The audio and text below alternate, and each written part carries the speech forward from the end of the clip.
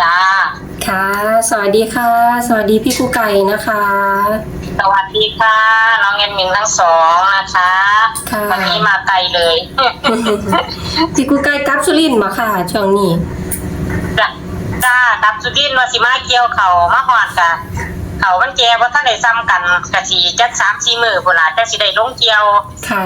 เกี่ยวแล้วก็จังสิได้ไปกลับไปอาสมต่อจ้ะ กลับมาท่านเลขออกบ่ค่ะ หรือว่าหลังเลขออก คิดว่านะวันนี้มันบอกว่าท่านใด ค่ะ ถ้าได้เกี่ยวเขาแล้วเนี่ยมันก็บอกได้อยู่แล้ว ค่ะ เดี๋ยวรอพี่กุ๊กไก่เกี่ยวข่าวแล้วก่อนเนาะถ้ากลับมาทันเดี๋ยวจะไปตามแนวทางให้กับท่านผู้ชมนะคะ จ้า ค่ะ วันนี้ก็โทรสัมภาษณ์ไปก่อนเนาะโทรสัมภาษณ์วิดีโอคอลขอแนวทางพี่กุ๊กไก่นะคะ ค่ะ ค่ะพี่กุ๊กไก่ฝันดีบ่ค่ะน้องกุมารมาบอกเลขเพิ่มบ่ค่ะพี่กุ๊กไก่ ฝันเห็นแต่เด็กน้อยนี่เมื่อคืนนี่ฝันว่าพ่อว่าได้ไปกินนี่ยังหรอเพิ่นพากันทำบุญแล้วมันมีแบบเหมือนโรงทานแหม ค่ะ มันเหมือนโรงทานก็ได้ไปกินอยู่บัดนี้พ่อนั่นเพิ่นได้ไข่มาหน่วยนึงไข่นั่นไข่หน่วยใหญ่เด้ อ๋อ เห ค่ะ มือนกับตั้มกับไข่นกกระจอกเทศแหม ค่ะ ไข่หน่วยใหญ่ๆปัจจุบันนี้พ่อคนขอมาพ่อก็เลยว่าได้ไข่มาหน่วยหนึ่งพ่อดีนะพ่อเตี้ยกินพ่อก็เลยมาตอกขัดแย้เปลือกออกแล้วข้างในก็เป็นตัวนก ค่ะ ก็เลยว่าไม่ข้างในคือตัวนกนี่ละพ่อเดียวนี่ละพ่อสิได้เฮ็ดกับเขาคนว่าไข่ในไข่มีนกปัจจุบันที่กุ๊กเมาแล้วก็กะตีโดนเนาะเพราะว่าตีไว้แต่เมื่อเช้านี่ ตื่นมาตีเลย อืมค่ะ แต่เมื่อเช้าก็เลยว่าไข่กับศูนย์นกกับ1แต่เด็กไข่ศูนย์นก1พ่อกับ9ก็เลยวางดี ค่ะ บัดที่นี่ที่ฝันเห็นพ่อนะถ้าส่วนมากฝันเห็นพ่อมันสิมาถ้าฝันเห็นพ่อบ่ได้บ่6 9 9 6กับ29 92อืม ถ้าฝันเห็นพ่อเอาก่อนก็ออกของเพิ่นนะฝันเห็นเพิ่น 29กับ96บ่ค่ะพี่กุ๊กไก่ แม่นจ้ะถ้าฝันเห็นพ่อสิมาตัวนี้แต่ตีเลขนั่นเป็น พี่ประตู 910หรือ019จังซี่แม่ค่ะถ้าบอกเนาะเพราะว่าพ่อเพิ่นเป็นพ่อเนาะเพิ่นนี่ก็เลยตีเพิ่นนั่นเป็นเลข9มันอีกไข่กับ0แล้วมันมีนกในหันนกกับ1จังซี่นะ อืมค่ะ ตรงกันก็เลขฝันหลอบก่อนนะคะ ฝันหลอบก่อนตรงกันกับฝันหลอบก่อนเลยค่ะ915ที่ฝันตอนไปถ่ายอยู่อาสมนะคะ อ๋อก็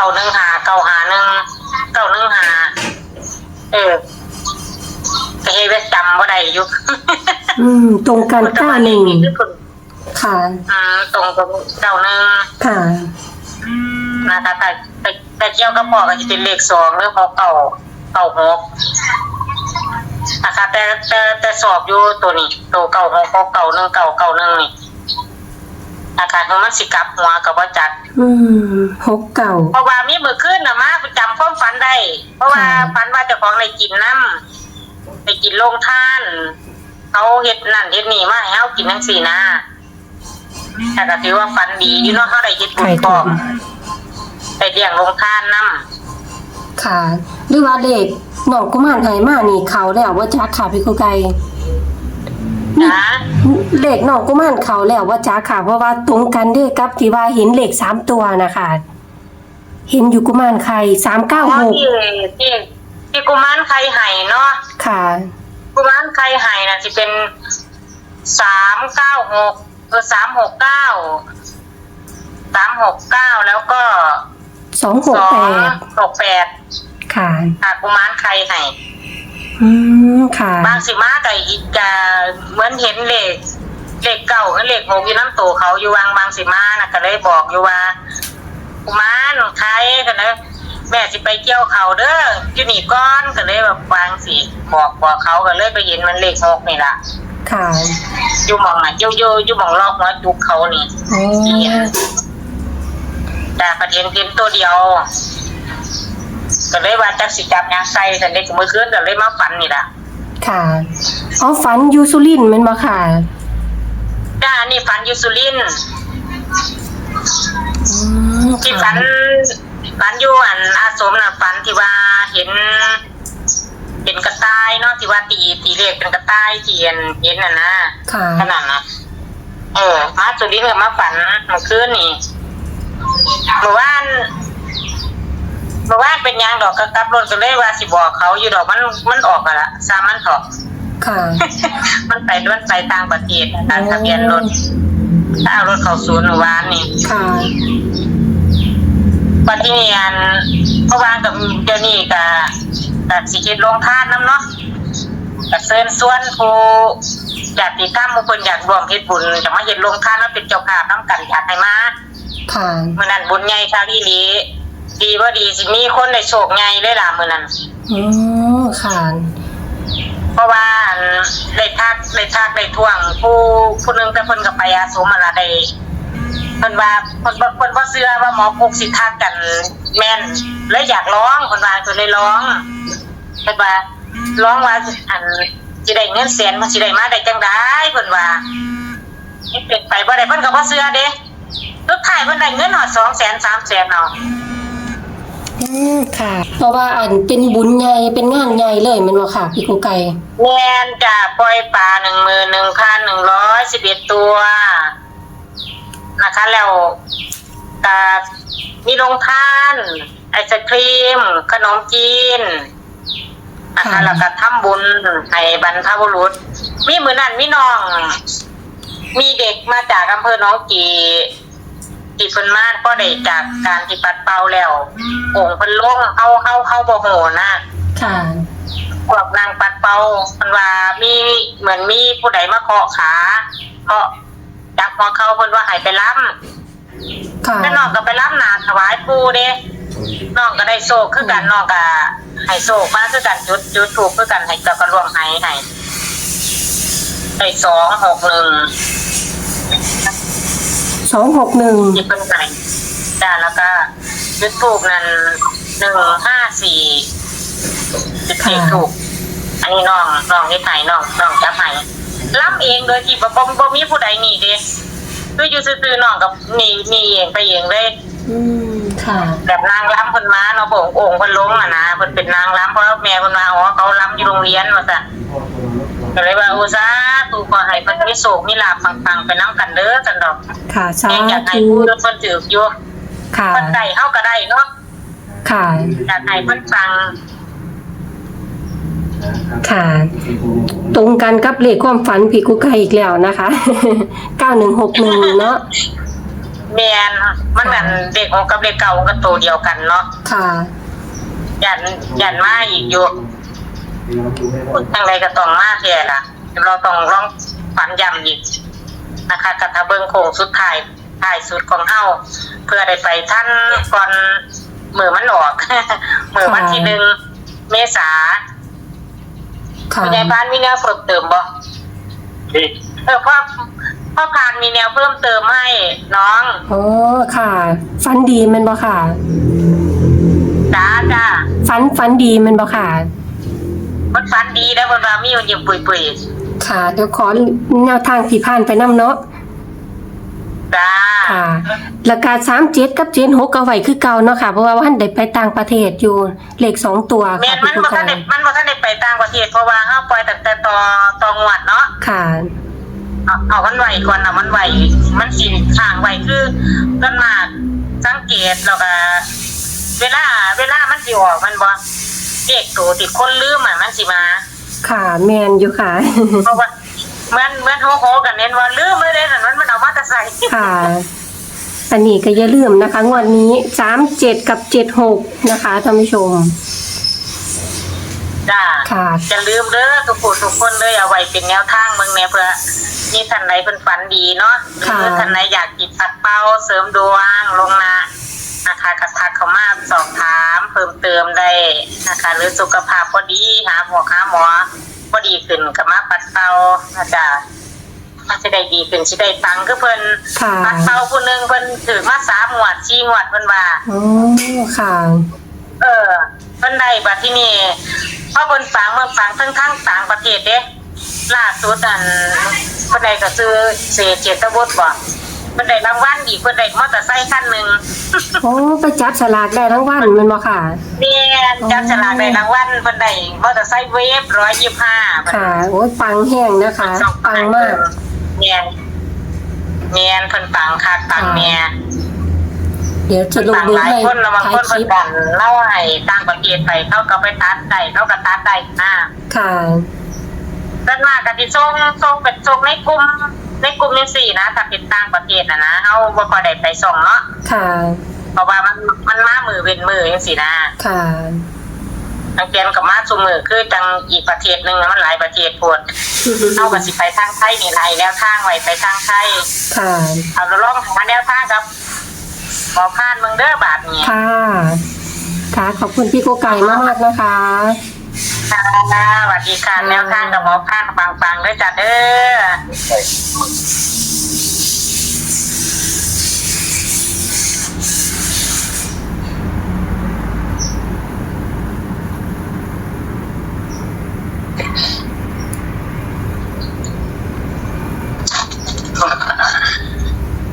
ค่ะ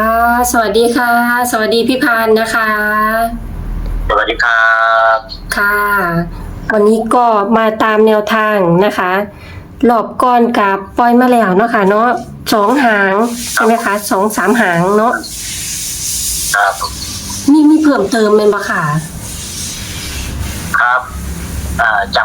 ำพักจริงที่เคยบอกไว้ว่าพักจริงที่ของอาจารย์ผู้ไต่อ่ะ อ๋อภาคกิน เคยบอกว่า63อ่ะ ค่ะ พอดีอาจารย์ผู้ไต่เพิ่นก็ให้มาเฮ็ดมาแก้ใหม่ก็ไม่ได้ทำการลอกสีออกลอกท่องออกใหม่แล้วก็มาปิดท่องใหม่ ค่ะ แล้วก็พอลอกท่องออกปุ๊บมันจะมีเหมือนกับว่าคล้ายๆกับตัวเลขขึ้นมา3ตัว โอ้ค่ะ อยู่ในองค์พระเลย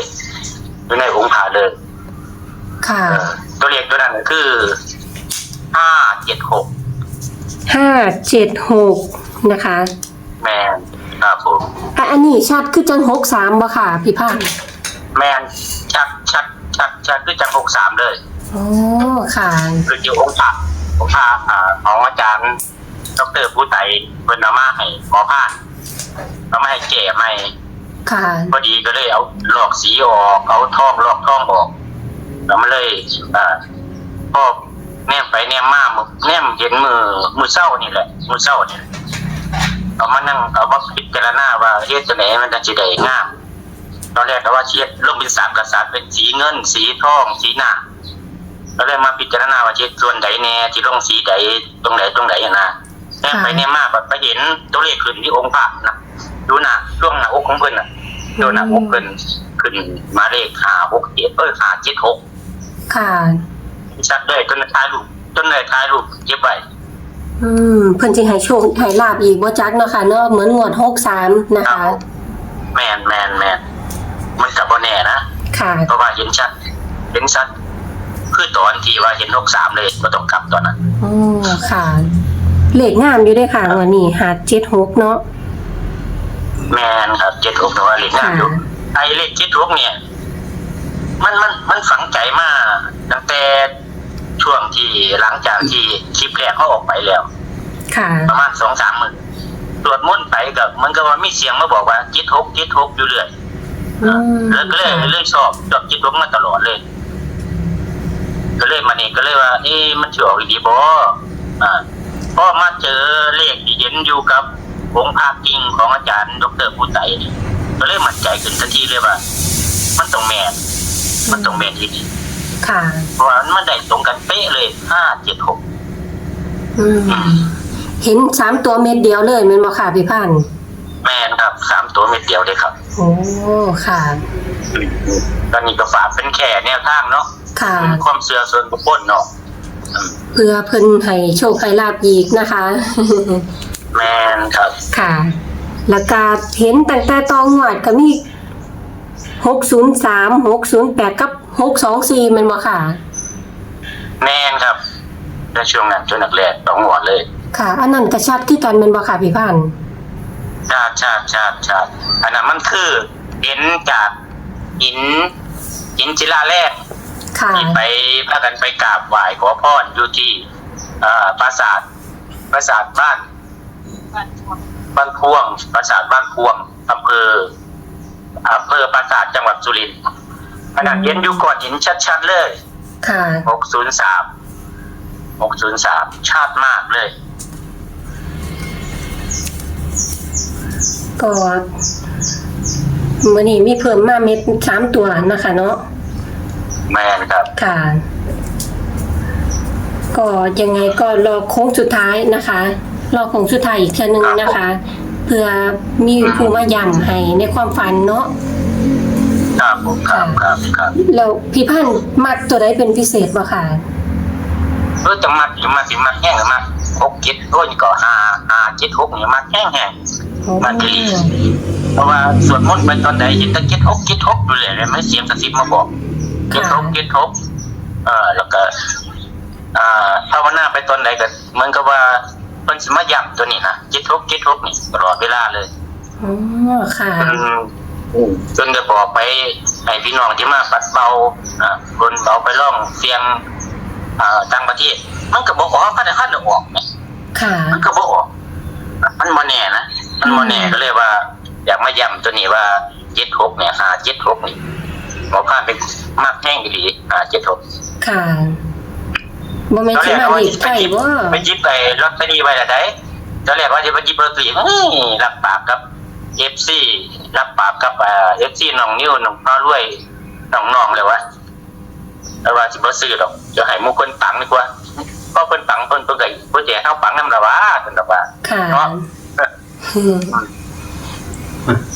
เพราะว่าเคยไปซื้อแล้วมันไปคัดลาบเขาแม่2เที่ยว3เที่ยวแล้วก็มีความมั่นใจแล้วเพิ่นสงสัยเพิ่นบ่อยากให้เฮาซื้อเพิ่นให้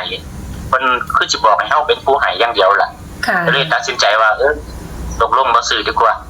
ค่ะ จังได๋ถ้าหมู่คนปังเพิ่นก็สิให้หมู่เฮาปังนำกันล่ะเนาะสิว่าสิล่ะแต่ว่า ค่ะ เลยคิดไว้ในใจก็เลยตั้งปณิธานไว้ว่าเให้เพิ่นปังเพิ่นก็ต้องให้เฮาปังได้